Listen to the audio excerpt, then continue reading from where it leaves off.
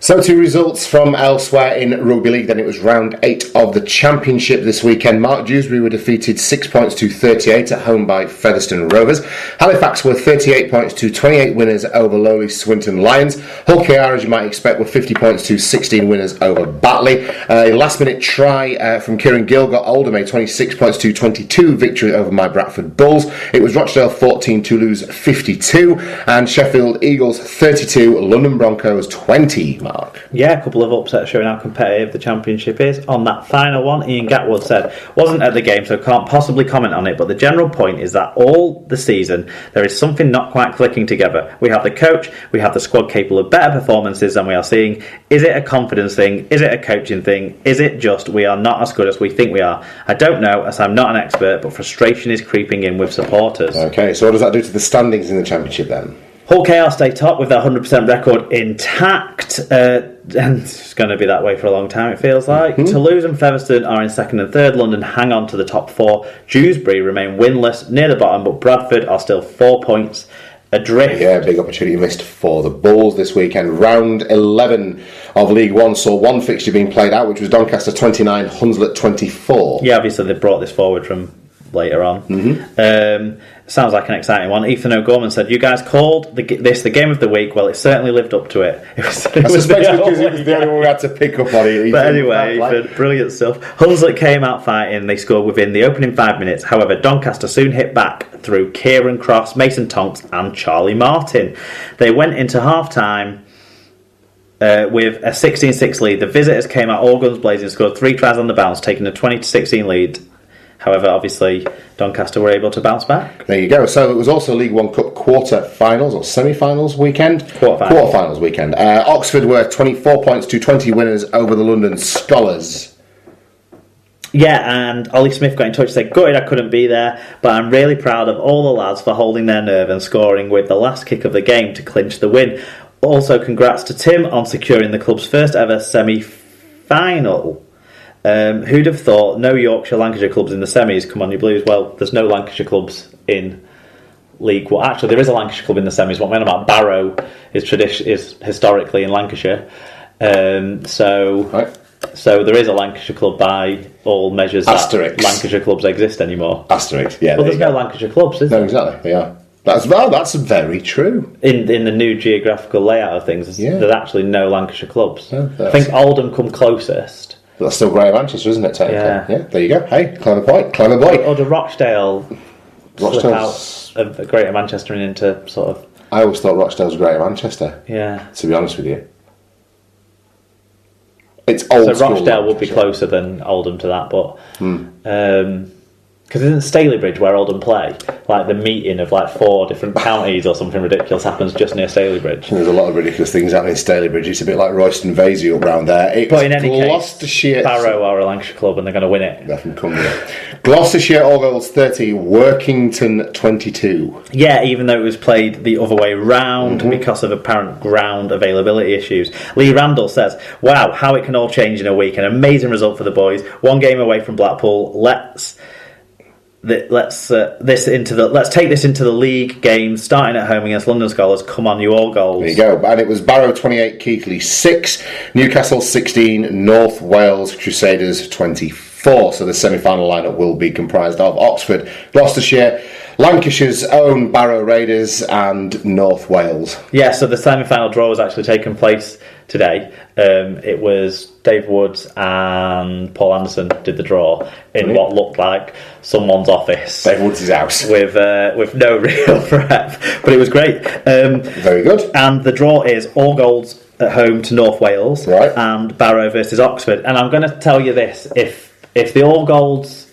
win through to the Blackpool final, Al Witts is coming up, isn't he, to the bash this year. I'm going to ask Al to bring up with him an all golds jersey for me to wear, which I'll pay him the money to buy from the club shop, obviously, and for me to wear during that game. Yeah, absolutely. There you go. Okay, even if they do play Lancashire, Lancashire's very such staunch Lancastrians as they are in Barrow. In fairness, you're grasping, mate. You're grasping.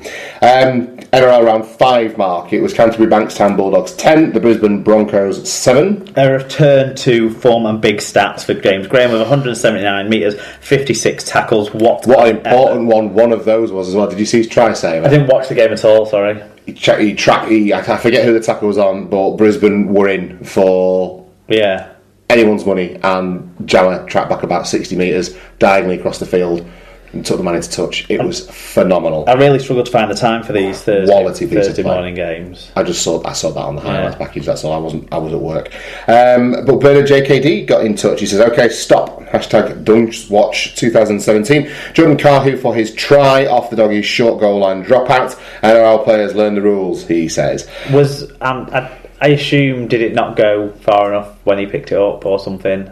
I would assume so, because I don't know what happened. No. But let's. Bernard is a stickler for these things, so well done. The Dunstwatch continues. Thank you very much. It was Sydney Roosters 12, Manly Sea Eagles 18. The North Queensland Cowboys got a 20 points to 6 win over the South Sydney Rabbitohs. Tom Burgess with 126 metres. Sam Burgess with 158. My Cronulla Sharks thrashed the Newcastle Knights 19 points to 18. But Joe Wardle did grab his first try in the NRL for the Knights. Good for the man. It was Canberra Raiders 30. Parramatta Eels 18. Yeah, Josh Hodgson contributed a try assist in this one. Whitehead. No Elliot Whitehead. No. Give him the week off. Strong rumour that Jordan Turner's going to come back to Super League. We've seen that floating around. What, to witness, maybe? Possibly so. They need an halfback. It was Melbourne Storm 28, Penrith Panthers 6. The New Zealand Warriors got a close one and 28 points to 22 over the Gold Coast Titans, a game in which Joe Greenwood featured for the Gold Coast. And finally, West Tigers were defeated at home 6 points to 28 by the St George Illawarra Dragons, Mark. Yeah, Gareth Widdop with 3 try assists, so underlining the point we made earlier that there's 3 high-performing England halfbacks at the moment. There you go. All that means that the Storm sit top with the only 100% record, with the Dragons in a surprise second place, ahead of Sydney Roosters and the North Queensland Cowboys on points difference. The Raiders and the Panthers sit in the top 8 positions, only on 4 competition points, as the bottom half remains tight, just as we like it. Okay, that is the world of rugby league well and truly covered. Let's take a look into the future now as we bring you our predictions for round 8 of Super League.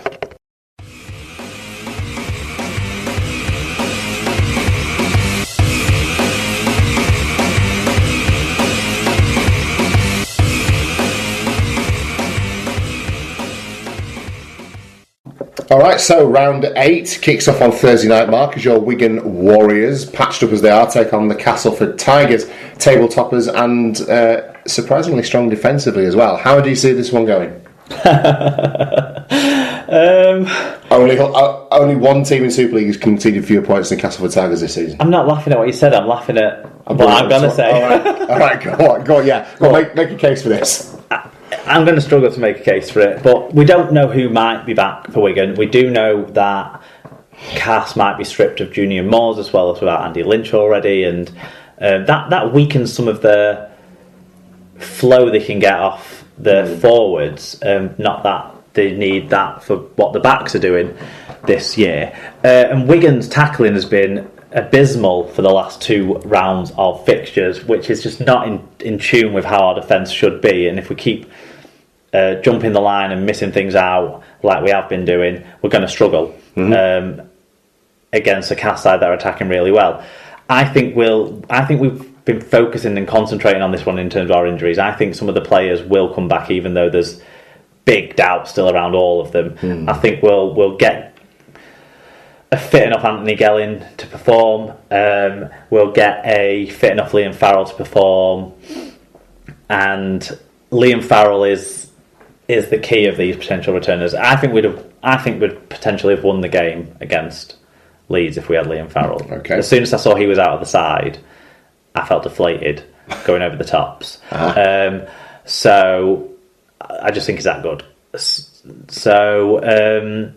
I think we can do it. You never know. We'll sharpen up our defence. Liam Farrell will have an influence, and we'll win 20 points to 80. There's a lot of things that have to happen there for you to win 20 points to 18. Castleford's attack, as you alluded to, is exceptional. I can't see past the Castleford win, 32 points to 18, for a lot of the reasons you just gave as well, to be perfectly honest. Cast by quite a lot. On Friday night then, Hull FC host Salford Red Devils. I'm going to go for a very slender Hull FC win on this one. Salford are flying high and doing really well. I just think the trip over and Hull FC will look to fix things up. It's just basically based on home field advantage that I'm going with Hull FC on this one. Close game, 19 points to 18. I think it'll be close too, but I'm going to go with the away side. I think Hull have got away with a couple of games. They have. And they absolutely have. And I'm not sure that not losing either of them is a big enough lesson yet for them to arrest what's going on. I don't know if Houghton's going to be back or not. I can't remember. I don't know how long his injury is for, but if he's not back, they tail off badly in the second half of the game without him there to cover for other people getting a little bit tired. They seem to be rotating just the 3 props, which leaves them stretched at the end of each spell, sort of thing. So you'll see the odd error creeping in from them as they get a little bit more tired to the end of each spell, which is a shame for them. And Salford, on the other hand, are aiming up, and that's true.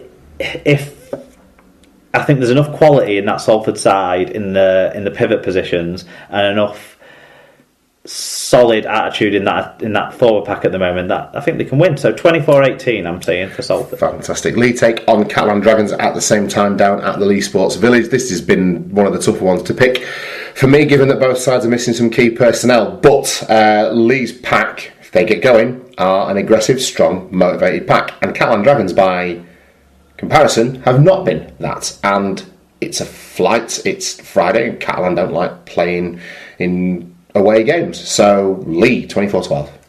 Yeah, I don't see the bounce back attitude in this Catalan side. So it's hard for me to pick them to win, even though I really struggled to get behind Lee after last week's efforts. But 22-16 in favour of the home side. I think they should just be strong enough. Yeah, there you go. Another home victory for me comes on Friday night in favour of the St Helens side. Look, if there's a time to play Huddersfield, it's now. They're just flat and pretty turgid, really. So regardless of how average St Helens have been, I think they are good enough to see off this Huddersfield side. Huddersfield will win by 30 points now, I said that. But I'm going 26 points to 12 in favour of the Saints. I could conceivably see Huddersfield turning it around and winning this one, but I'm not going to pick that. I don't know if young Theo will be back in tow, but with some of the explosive players that St Helens have got, I think they've got enough. Yeah. Rough back for this one, maybe that helps Huddersfield, but 28-16 in favour of St Helens, I'm going. There you go. So the Friday night game on Sky sees Warrington taking on Leeds down at the HJ. Look, they fixed up their errors and they got a win against an Hull side that... A draw, against a Hull side that misfires at times and, again, missing some key personnel. Leeds, on the other hand, should take some pretty serious confidence from the run of form that they're in. So I'm going to go for a score victory in favour of Leeds, 24 points to 18. I am going to go with Warrington. I think Smith might have them aiming up a bit against Leeds. They're going to carry some of the positive feelings from the back end of that game last week.